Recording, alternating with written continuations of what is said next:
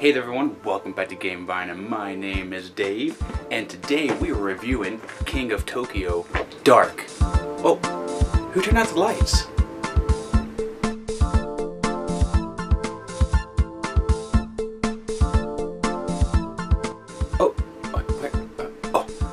There it is. Okay, so today's review is going to focus around King of Tokyo. Now, I've never reviewed any King of Tokyo on the channel, and I have no excuse why. I should have done it by now. So that is actually good for people who don't know how to play King of Tokyo, because today I will be showing you how to play this game. It's basically the regular King of Tokyo, and as the game has evolved over the years, this dark version is taking a little bit of the mechanisms that have came from the evolution, but not doing too much different. So if you know how to play King of Tokyo, you'll be able to learn this super fast, and it will be barely an inconvenience. King of Tokyo is a phenomenal game. It's been one of my favorites for a very long time. Big chunky dice, great components. Yellow is a great company, great art. This game plays well in small groups and in large groups, but without further ado, let's get into the components of the game and then I'll show you how to play. Let's go.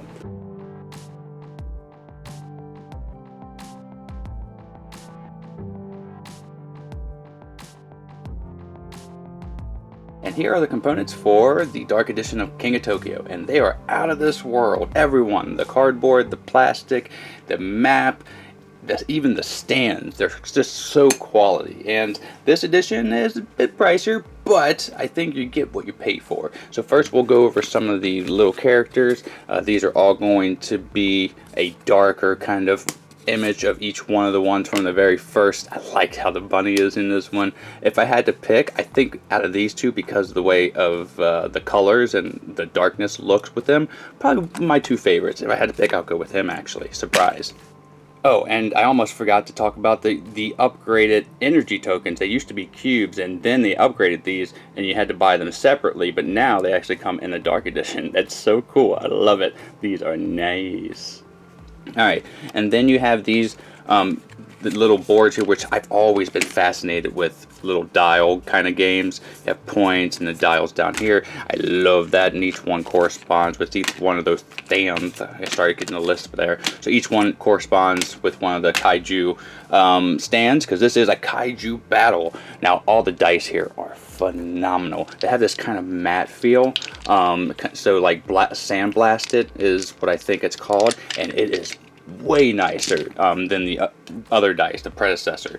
The other dice for King of Tokyo were pretty cool, but these are chunky and that sandblasted feel. Ooh, I just love rolling them. And then you have some plastic components. These also correspond with each one of the monsters, because you're going to be keeping track of something on the board. You have quality cardboard components with these tiles, with these little counters that some of the monsters will need, and then the card quality, pretty good. Oh man, yeah, it's pretty good. I like it. So we'll go ahead and then we'll tell you how to play this game and give you our thoughts. Let's go.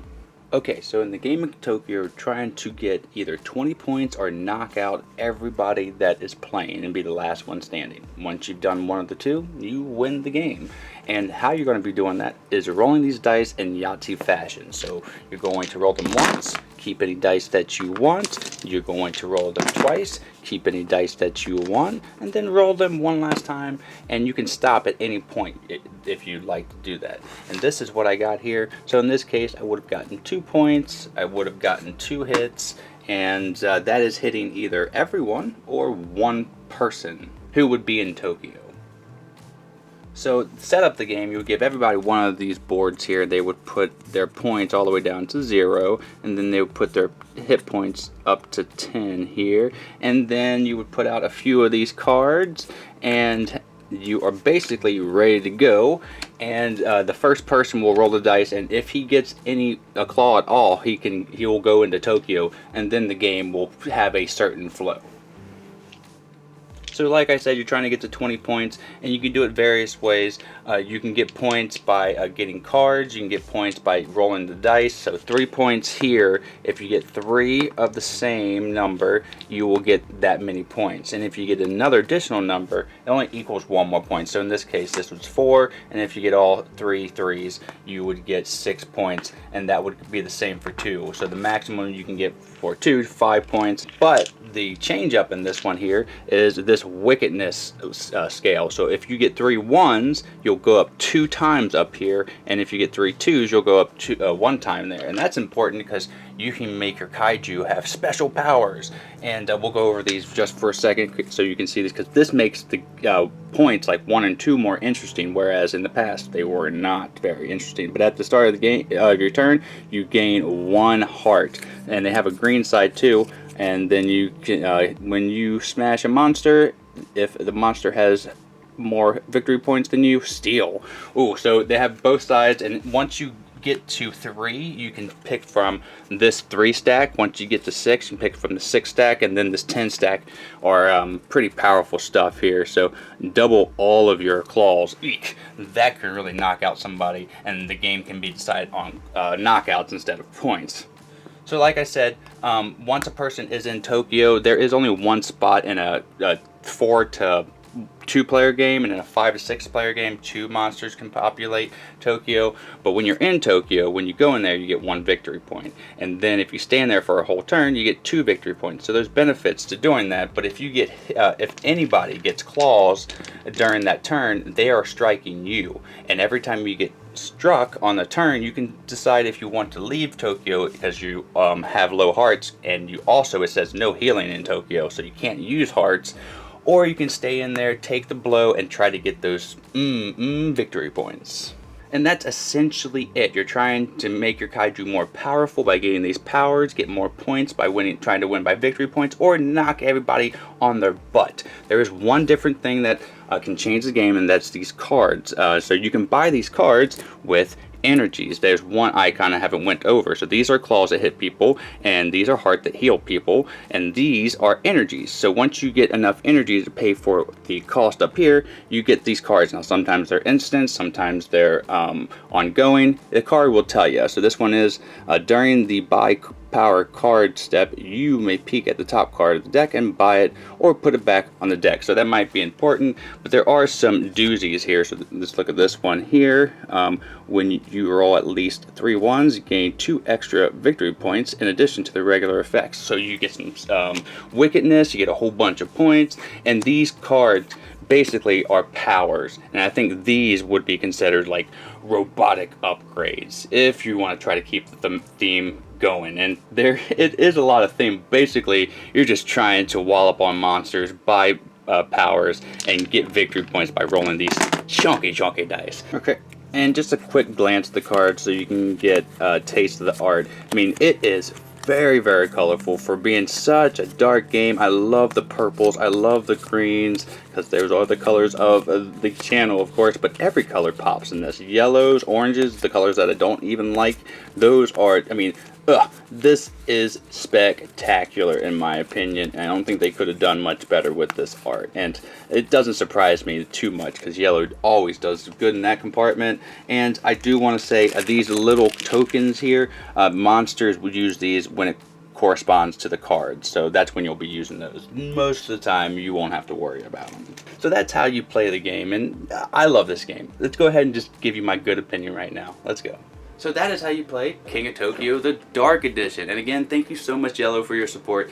Really do appreciate it. Now, because this is a limited edition, it may not be out for long, and if you have any expansions to King of Tokyo, you're not going to be able to play any of them with this game because the backs are going to be different. Though again, this does have a little bit of a punch to it and takes some mechanisms from past King of Tokyo variants and makes this its own kind of self-contained game itself, and it is superb. superb, and I think I like this dark version maybe just a tad bit better than the original King of Tokyo. And again, it may be because the mechanisms are just a little bit more, and the art I think steals it for me. So this gets a 91 in my book. If I was scoring the regular King of Tokyo, would have gotten 89, but because this one is just so pretty and it's not too dark in a way of what I thought it was going to be. Going into this, I thought it was going to be like bloody, gory, something dark, but it's not.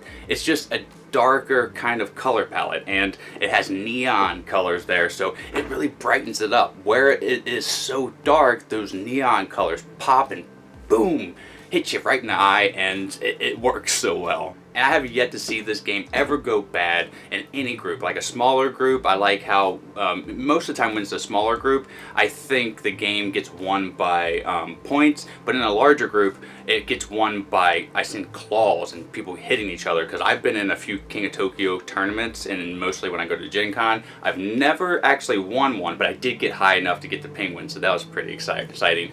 But the game just scales perfectly, and it appeals to all ages. If you know how to play Yahtzee, you can grasp the mechanism of this dice rolling, and then you can read the cards and the powers and kind of play once or twice, and then start to master this game. So that's why it has such a broad appeal, and it is a mass marketed game now, and this Dark Edition just makes it so much cooler in my opinion. I really do enjoy this here, and if you are a fan of any type of what I've talked about, Yahtzee, kaiju characters, and any kind of like silly, fun, competitive games where there's not too much like take that aspect, because you can just win by points, but it is there, then I would recommend this game for you. And if you can get the Dark Edition, yeah, go for that. But if you want expansions, get the regular edition and get all the expansions. But this is just my opinion. Now you can make your opinion. So until the next time that I see you, thank you so much everyone for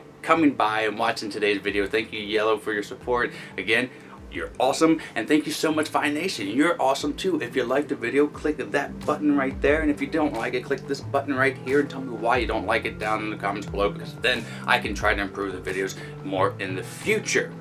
But until then, have a great rest of your day and a great time with all you play. If you're new, you should subscribe too.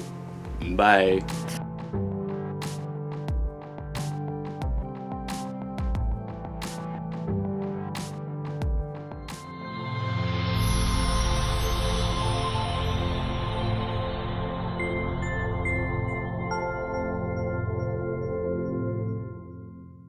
Miko, it's time to go. Good girl, Miko.